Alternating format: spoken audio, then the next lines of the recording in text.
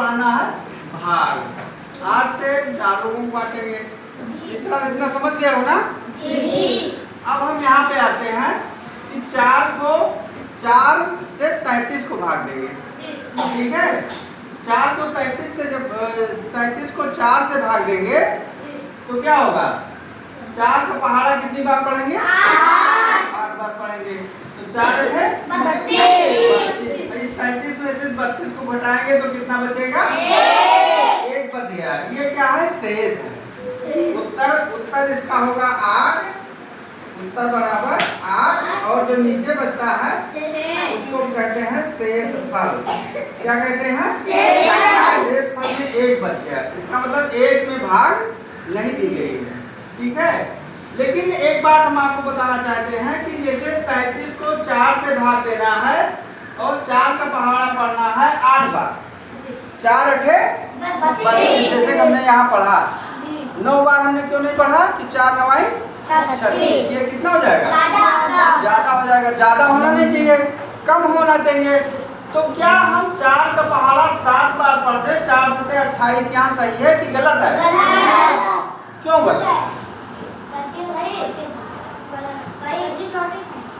हम ये जानना चाहते हैं कि गलत क्यों है। कम तो होना चाहिए ना, तो कम तो है। कम है कि नहीं है? ज्यादा तो नहीं है। क्या कहा जाता है कि ऐसा पहाड़ा पढ़ो कि जो 33 से कम आए। जितनी बार 4 का पहाड़ा पढ़ा जाए जो 33 से कम आए। तो हमने 4 7 28 कर दिया। कम तो है ना, ज्यादा तो नहीं है। लेकिन अब ये सही है कि गलत है, अब आप इसमें विचार कीजिए। अभी आपको देखिए पता चल जाएगा। अब क्या करेंगे? इसके बाद की प्रक्रिया होती है कि 33 में से 28 को घटाना है। तो 33 में से 28 घटाएंगे, यहाँ से 1 उधार जाएगा, 13 हो जाएगा। 13 में से 8 गया तो कितना बचेगा? 5। और 2 में से 2 गया 0।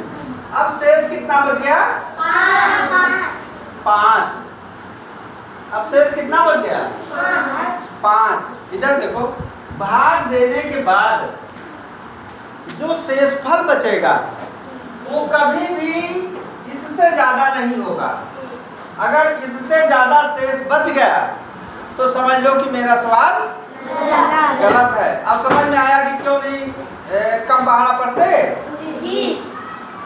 इससे जो जिससे हम भाग देते हैं, भाजक जिसको बोलते हैं, ये जो है शेष फल से हमेशा कम होना चाहिए। तो ये देखिए 5 है, ये 4 है, ये ज्यादा है, ये कम है, इसलिए ये गलत है। कैसा है? ये गलत है। इसके लिए हमें क्या करना पड़ेगा? इसके लिए मुझे जो है 8 बार पहाड़ा पढ़ना पड़ेगा और जब 8 बार पहाड़ा पढ़ेंगे तो शेष बचेगा 1। तो ये वाला सही है।